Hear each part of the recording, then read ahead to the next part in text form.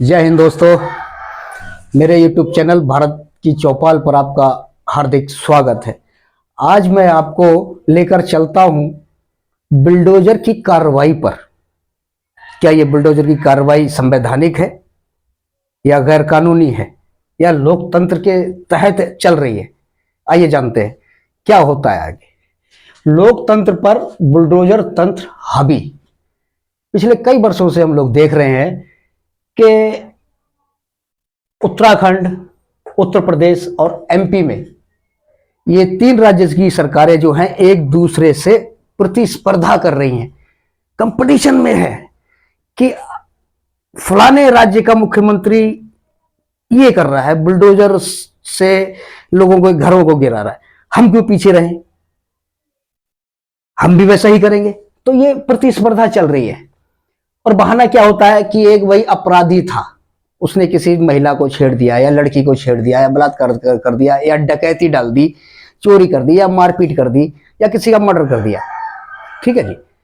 तो गिरफ्तारी के बाद सबसे पहले क्या होता है, उसके अपराधी जिसको घोषित अभी हुआ नहीं है, उसको न्यायिक प्रक्रिया के तहत अभी उसको घोषित नहीं किया गया है कि इसने अपराध किया है, उससे पहले ही उसका मकान गिरा दिया जाता है। वो बंदा अकेला नहीं होता, उसके साथ में उसके परिवार भी होते हैं, माँ बाप, भाई बहन, बीवी, बच्चे, छोटे मासूम। ठीक है जी। तो इसके तहत उसका घर गिरा दिया जाता है कि ये बोल के कि ये मकान जो है उसका गैर कानूनी ढंग से बना हुआ था। अपराध किया वो अलग बात है, मकान उसका गिराया सिर्फ इसलिए कि ये गैर कानूनी ढंग से बनाया हुआ था। इससे पहले कहां थे भाई? जांच क्यों नहीं करी पहले? देश में कितने मकान हैं ऐसे गैर कानूनी है, सबको गिरा दो। फिर यही इंतजार में क्यों कि कोई गलत काम करेगा तो उसका मकान गिराया जाएगा और बहाना यह दिया जाएगा कि यह मकान गैर कानूनी है। इससे पहले क्या आपका शासन और प्रशासन दोनों सो रहे थे क्या? उससे पहले यह मकान गैर कानूनी नहीं था? है? इस प्रतिस्पर्धा चल रही है। होना यह चाहिए था कि ट्रायल, ये न्यायिक प्रक्रिया के तहत उसको सजा होना चाहिए थी।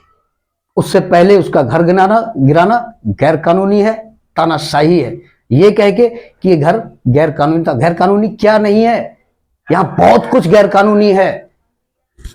सरकारी लोग सरकारी दफ्तर में, सरकारी बाबू, सरकारी अधिकारी रिश्वत लेते हैं, कानून के तहत है क्या? सारे मकान जो गैर कानूनी है बने हुए, बिना नक्शे के पास किए हुए हैं, वो ऐसे नहीं बन गए। बिना प्रशासन की मंजूरी के बिना मिली भगत, बिना रिश्वतखोरी के बिना ये हो ही नहीं सकता। बच्चे का एक कोई खिलौना नहीं चुरा सकता, तो फिर ये इतना बड़ा मकान कैसे बन जाता है? ये सिर्फ आपकी नाकामी है, प्रशासन की नाकामी है और शासन की नाकामी है। इससे पहले कहां सो रहे थे? अब आते हैं कबीर नगर, आया नगर, अबरार नगर, खुर्रम नगर। ठीक है जी। ये सौंदर्यीकरण के नाम पे इनके मकानों को गिराया जा रहा है। सौंदर्यीकरण, उन लोगों को बेघर किया जा रहा है। सौंदर्यीकरण, मान लीजिए कोई एक व्यक्ति अंधा है और उसकी पत्नी श्रृंगार करे, किसके लिए? पति तो भाई अंधा है ना? पति जब अंधा है तो वो किसको दिखाएगी? तो ये सौंदर्यीकरण, इन लोगों को बर्बाद करके, इस क्षेत्र के लोगों को बर्बाद करके सौंदर्यीकरण का फायदा क्या? सौंदर्यीकरण करना है आपको, पेड़ लगाने हैं।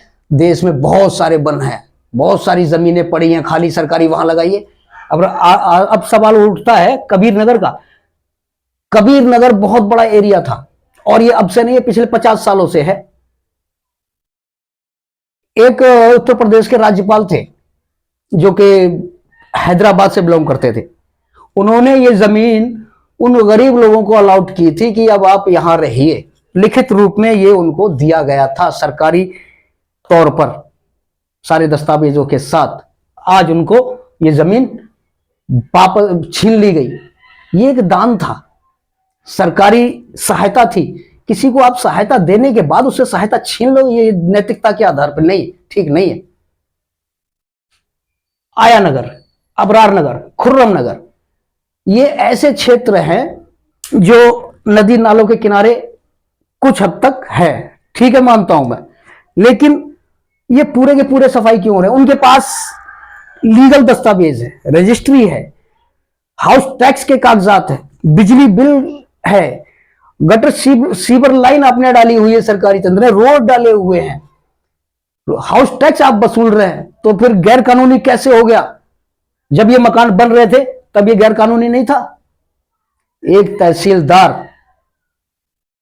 के सामने उस जमीन की पूरी फाइल होती, पूरा इतिहास होता, पूरी हिस्ट्री होती रखी हुई, किसने बेची, कब खरीदी और अब कौन खरीद रहा है। तो तहसीलदारों को पता नहीं था? ये अबरार नगर, खुर्रम नगर, आया नगर के लोगों के पास बेनामे के दस्तावेज हैं, हाउस टैक्स के दस्तावेज है, बिजली बिल के दस्तावेज है, किस किस को आप नकारेंगे? ठीक है जी। देश के 60% मकान जो हैं वो गैर कानूनी है। ऐसे बहुत से मैं दिखा दूंगा मकान जो बिना नक्शे के पास किए हुए हैं, घूसखोरी रिश्वतखोरी के बल पे बनाए हुए हैं। ये नाकामी किसकी?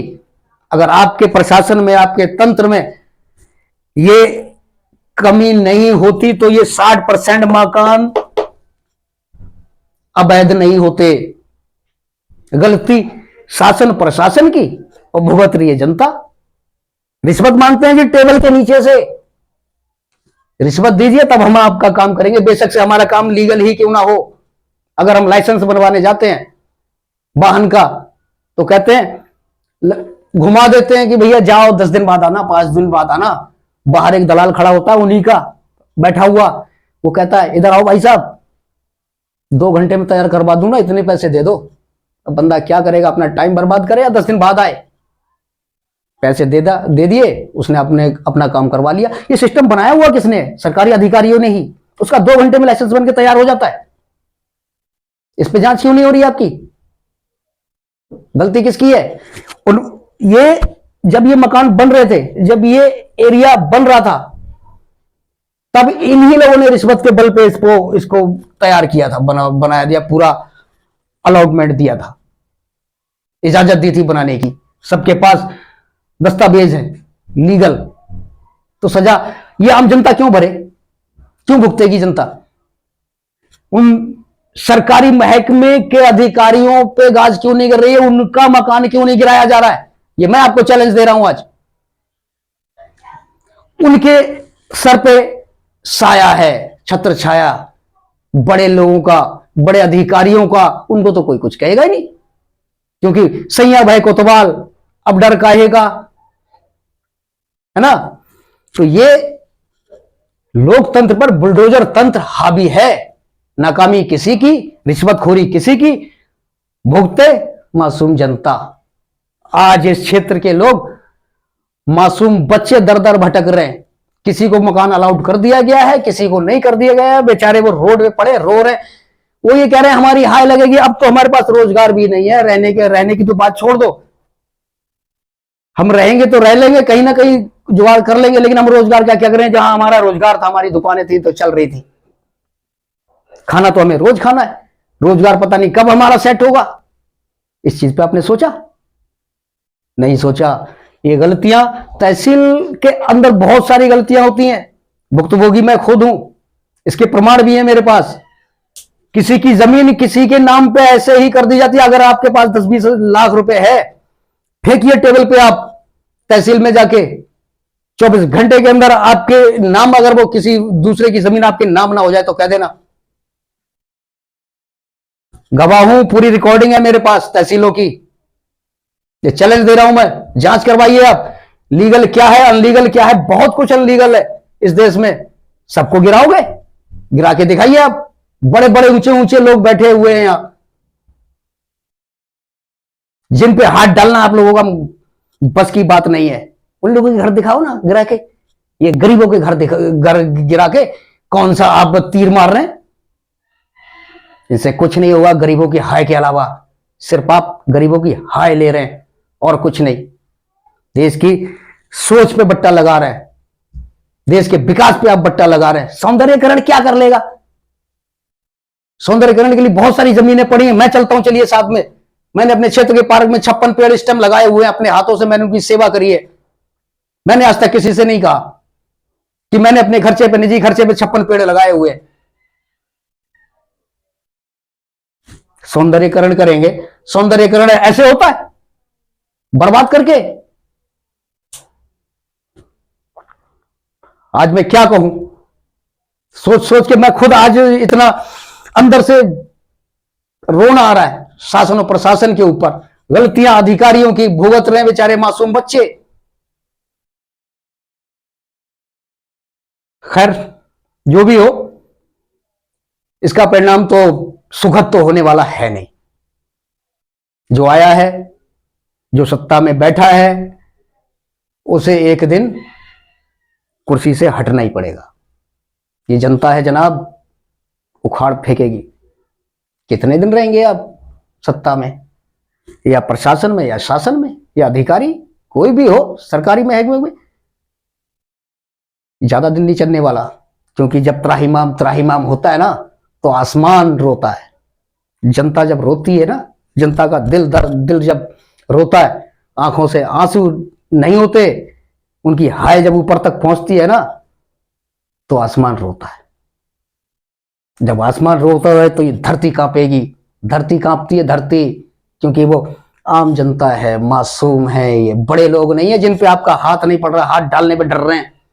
उन पे डाल के दिखाइए। 60% मकान जो बिल्डिंग, ऊंची ऊंची बिल्डिंग है, 20-20, 25-25 बिल्डिंग है, बिना नक्शा पास किए ये सब हो रहा है। उन पे हाथ डाल दिखाइए, हाथ डाल के दिखाइए आप, तब मैं मानूंगा कि हाँ आप न्याय प्रिय हैं, आप शासन चलाने में कुशल हैं, प्रशासन चलाने में कुशल हैं।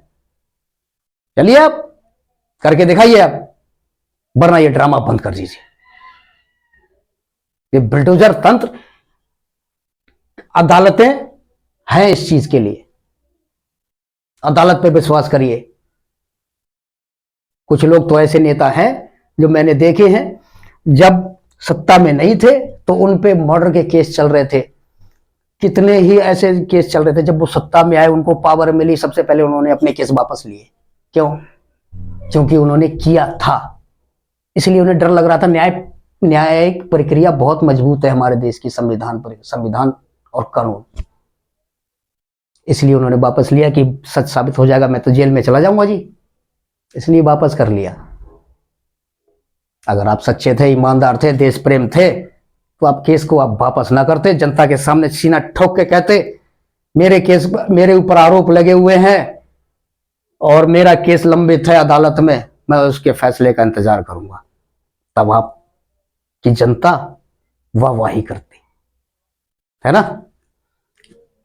आज मैं कोई बोलना तो मुझे बहुत कुछ था, लेकिन अब मैं क्या करूं, मैं बोल नहीं पा रहा हूं। समझ सब रहे हैं, सोच भी सब रहे हैं कि ये गलत हो रहा है, और गलत करने वाले भी देख रहे हैं कि हाँ गलत हो रहा है इस देश में, लेकिन फिर भी जनता की कौन सुन रहा है? कोई नहीं सुन रहा है। आज अगर कोई सूटकेस में नोटों की गड्डियां भर के लेके टेबल पर रख दे, कानून उसका, कोई कुछ नहीं बोलेगा।